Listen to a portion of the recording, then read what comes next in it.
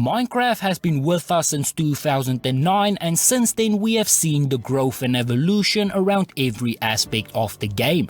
Created by Notch in 2009, it was originally called Cave Game, and since then it has come a long way. Minecraft stood out for a variety of reasons, but it was how much they separated themselves from similar games within the genre that really made them into a household name. Being able to not only build structures but also gather resources necessary to do so in an open world setting was an instant hit. It wasn't until survival mode was added to the game when it really hits its stride, giving you the ability to mine resources in a hostile world where you need to be mindful of monsters, take care of your health and ensure that you are well nourished. Added a layer of interest in a world that would have otherwise been boring for those who are not naturally talented builders. Mining is such an important element within the game, it is literally part of the name, and with that said, there has been a large evolution on how we do things when it comes to gathering resources. Long gone are the days where you simply walk around,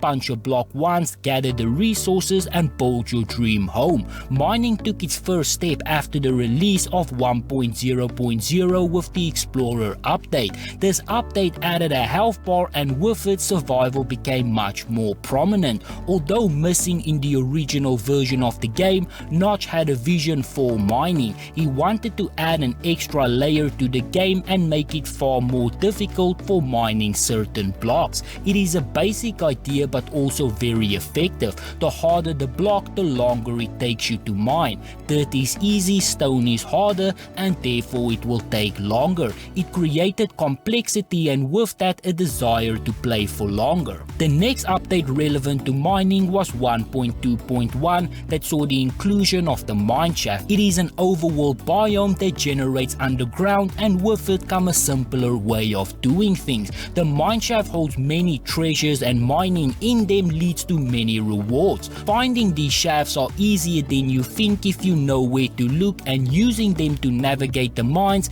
is a way for inexperienced players to access the underground in a way that would have only been possible otherwise if you dug them yourself. It is just one of many added dimensions to make mining more interesting. Minecraft mining also had a few other elements in the early days that made going into dark caves to gather resources a lot more difficult. For one, you could not sprint at all, so there was no way for you to get away from monsters the same way that you can now. You also did not have the ability to enchant any of your weapons, tools and armor, which means that you were far more exposed. Another problem was the overly dark caves that made it very hard for many miners to navigate. Today all of those problems has been left to the wayside. Now you can enchant your weapon. Sprinting away from monsters are easier than ever before, and not even the dreaded first night is much of a problem anymore. The latest element that was added to mining recently was caves and cliffs.